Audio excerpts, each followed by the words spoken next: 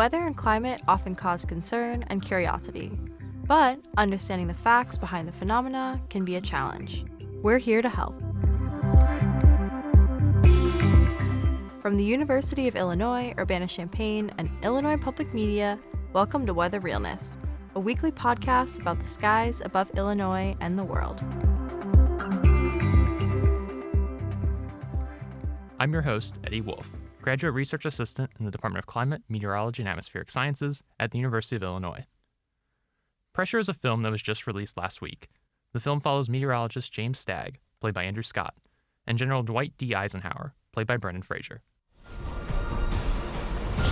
The storms that I'm talking about are real, and the wrath of nature is real. James Stagg was the chief meteorological officer and was tasked with forecasting the weather for the Allied invasion. Whether or not there are clear skies and calm seas determines if the Allied forces proceed with the most dangerous seaborne invasion in history, or risk losing the war altogether. Joining us today to tell us his reactions and impressions of the film is Steve Nesbitt, professor in the Department of Climate, Meteorology, and Atmospheric Sciences at the University of Illinois. Thanks for joining us, Steve. Great to be here with you, Eddie, here on the other side of the mic.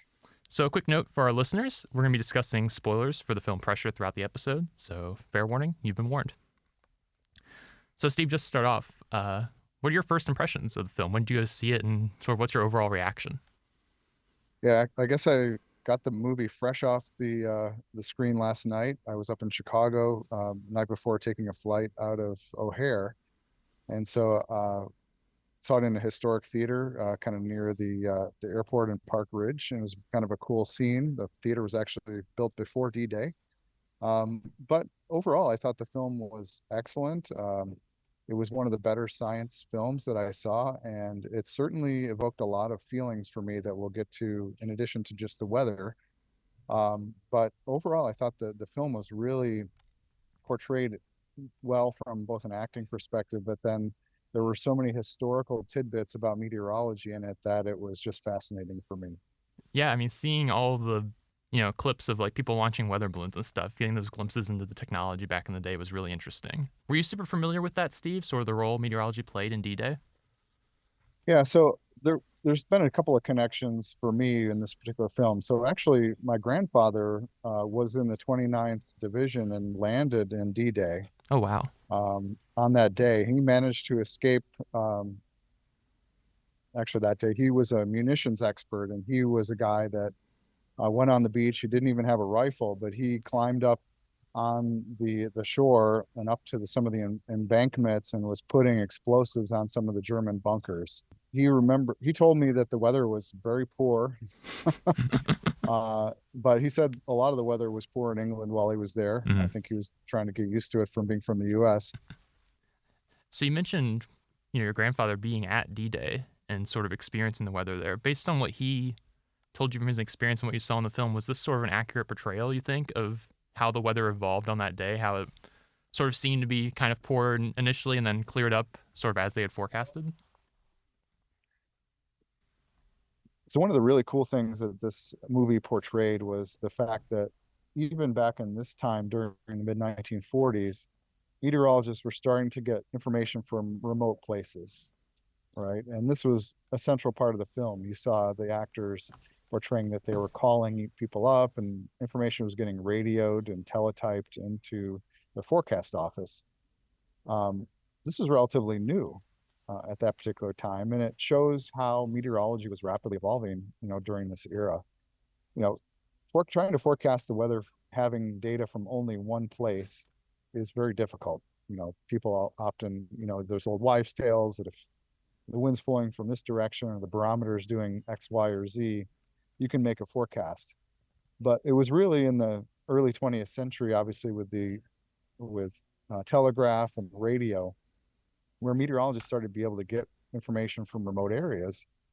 And during the war, this obviously was expanded greatly because we started to have data collected from ships all over the place, at aircraft flying at high altitudes, really for the first time, collect information on the jet stream. And this information started to get collected and able to be centralized so that sort of the the three-dimensional picture of the atmosphere could start to be put together. And this was really highlighted in the film. You saw where the American forecaster was using these old maps to try to make what's called an analog forecast to predict the weather, and we can touch on that too.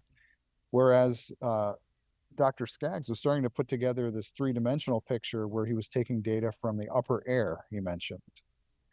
And this allowed meteorologists really for the first time to try to put together the fact that the atmosphere was very dynamic.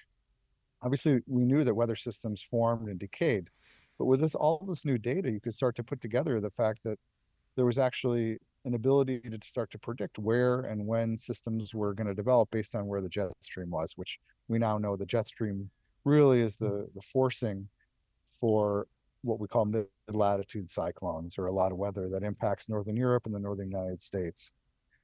So this was very well done in the movie. It talks about how all this data, you can see the teletypes and the typewriters typing all this information up, people getting calls, and then trying to analyze all this into a picture so that the meteorologists could start to figure out what was going to happen. And that was really cool to watch because this was all really brand new at this time, and it was amazing that they could start to put this together for this successful forecast. Yeah, absolutely. And you mentioned their mid-latitude cyclones and this new understanding they were starting to get at the time. How much of what sort of James Stagg was doing in this film still is around today? How much do we still use these same sort of understandings of these mid-latitude cyclones to forecast the weather? Yeah, so I thought was really cool discussion in the movie was that, basically there was a debate, obviously, about what was going to be happening. And, they talked about this analog forecasting technique, which really simply is like looking at past cases and saying, well, it happened before, it's going to happen again. Well, as we know now, cyclones in the atmosphere, these mid-latitude cyclones, are basically arising from what we call baroclinic instability. It's where you have a strong temperature gradient, which causes a jet stream to form. That jet stream causes the air to diverge in the upper atmosphere in certain regions of the jet stream. And that can cause either new cyclones to form, or it can cause convergence in the upper atmosphere, which can cause low pressure systems to weaken or high pressure systems to strengthen, right? These are things that we take for granted today, this basic understanding. But in this particular case, there was literally this exact phenomena happening, and it really required that three-dimensional view to try to understand where the jet stream was. And they repeatedly talked about, there were these cyclones, and they were moving in a certain way. They were forming and going to impact Normandy within their life cycle. And this was really an understanding that came out of research that was being done before the war in Norway, in the so-called Norwegian school, led by Carl Gustav Rossby, who was the meteorologist that came up with a lot of these ideas. And he was really, working with others in that Norwegian school to be able to understand how these cyclones developed with the upper level jet stream, and then the sort of weather that you experienced from those cyclones. And so it really was able to take the idea that, there's analogs, and really making it sort of a dynamic system so that you could start to say, oh, well, if I see this pattern, I know where cyclones may form. I know whether it's likely based on the shape of the jet stream, whether we're going to see a storm intensifying, where it's going to track.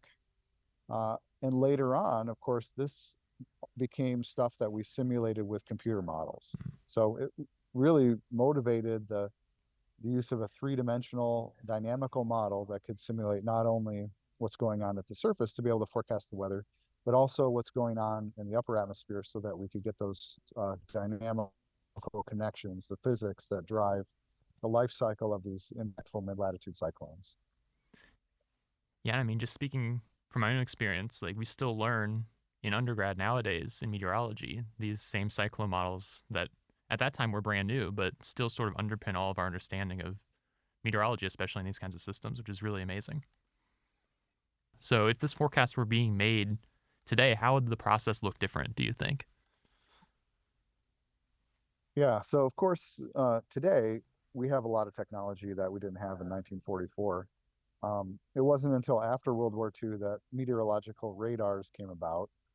And so today we would have advanced warning of a cyclone at least within a couple hundred miles of shore, seeing those things coming in. But obviously today we also have satellites.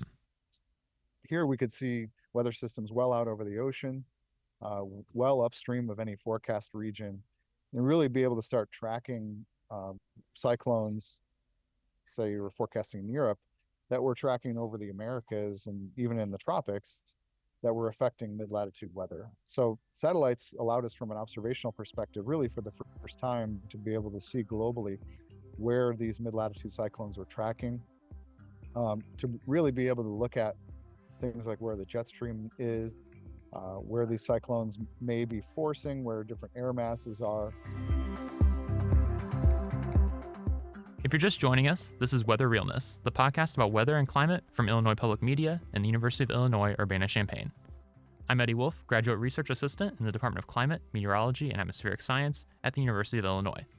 Today we're discussing Pressure, the fast-paced war film that focuses on the D-Day forecast with Steve Nesbitt, professor in the Department of Climate, Meteorology, and Atmospheric Science at the University of Illinois.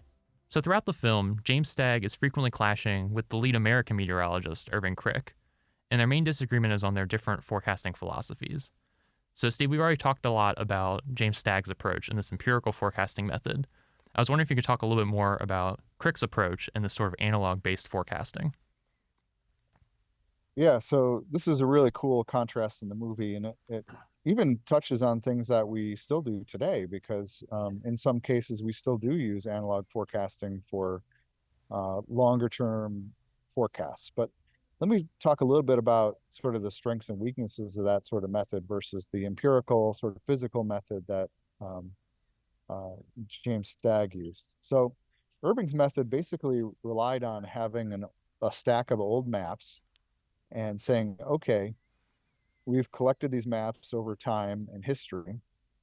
And it basically makes the assumption that what happened before is what's going to happen in the future going from now. Usually, I mean, on the face of it, it doesn't seem like a bad assumption, but there were a couple issues that they raised in the movie that sort of brought up some problems with this approach. The first was, and it was sort of highlighted towards the end of the movie, the fact that, the argument that James Stagg used against analog forecasting was that Irving Crick basically was lazy and he didn't look back through all the cases that he had available. And some of the cases showed that there were actually storms that formed given the same initial condition. Yes, the weather was, as he described, in 1904 and 1925, but he fails to mention 1916, June 5th, the battle for Mount Sorrel. Then, as now, there were areas of high pressure above the Azores, but the storms came anyway. Many people here will remember that battle. Chaos. Absolute chaos. Thousands of lives lost. Hell on earth. Torrential rain.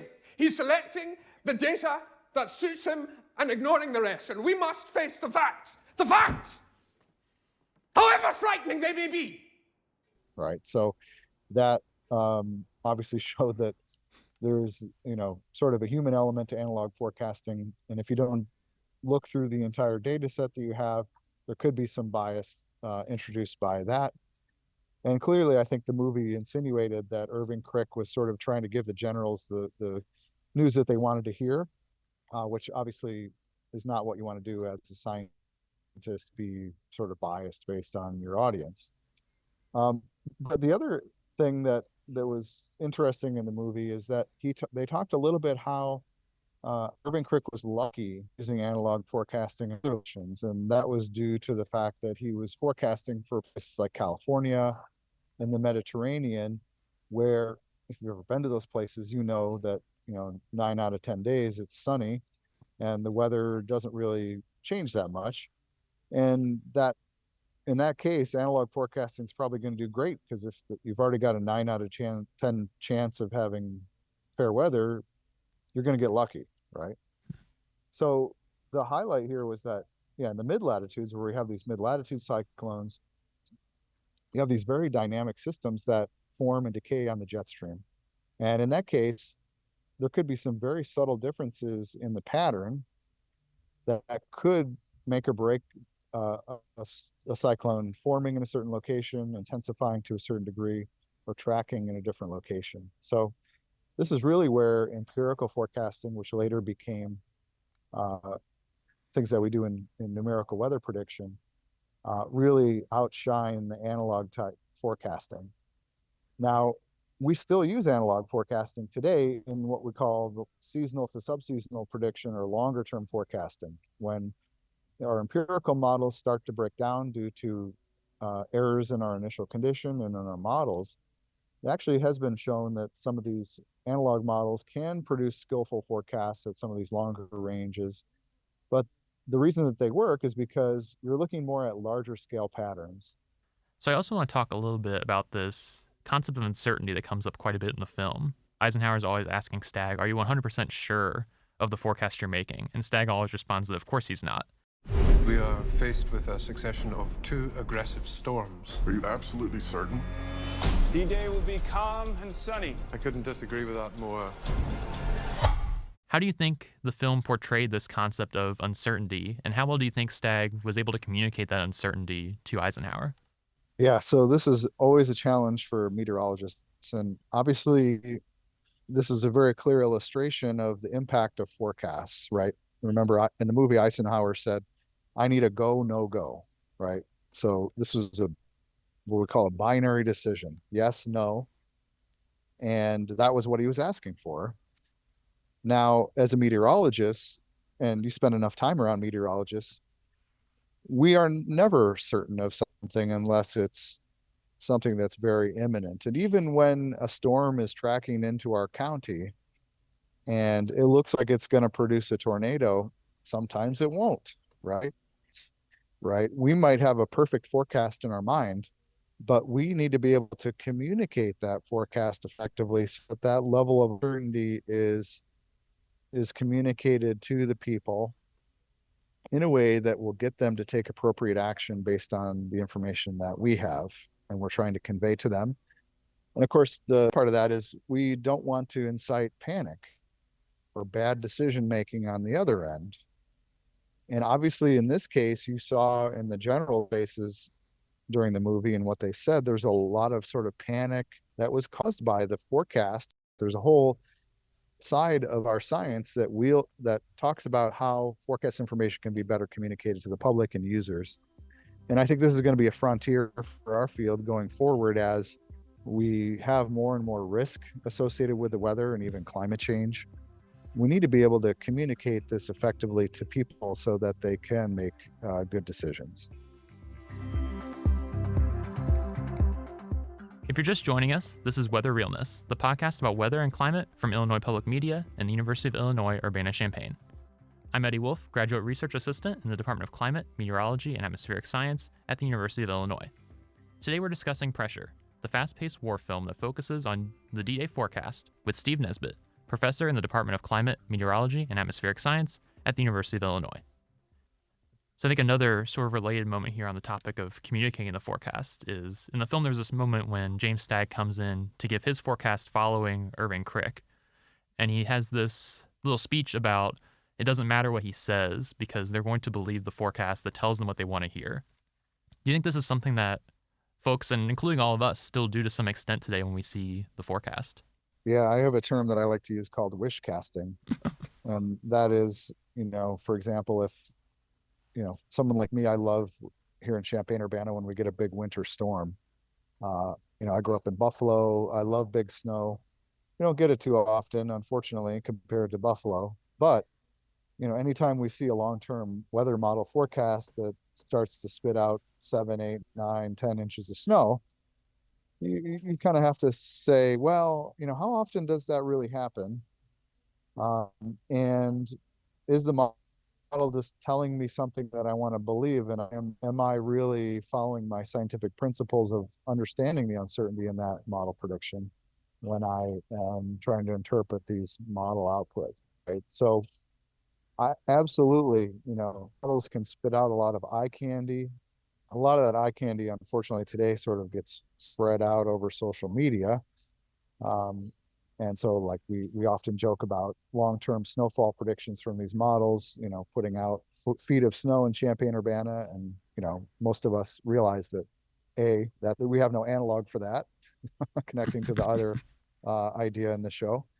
Yeah, just to insert my own sort of summertime anecdote here, I think, we enjoy seeing a thunderstorm every now and then in Champaign. And there's this very large suite of models that will show you predictions for storms over the next couple of days. And when you're really hoping to see a thunderstorm, suddenly a model that you know is not the best becomes much more believable when it's showing what you want to believe. So Steve, this film obviously portrays one of the most important forecasts in history. What are some other historical weather events, if you could choose one sort of historical forecast to also be adapted into a film, what would you choose? So one of the things that's really, or one of the events that was really impactful, obviously a lot of weather events have impacted history very importantly over time, was the Challenger disaster back in the 1980s. I was a kid watching this live in school.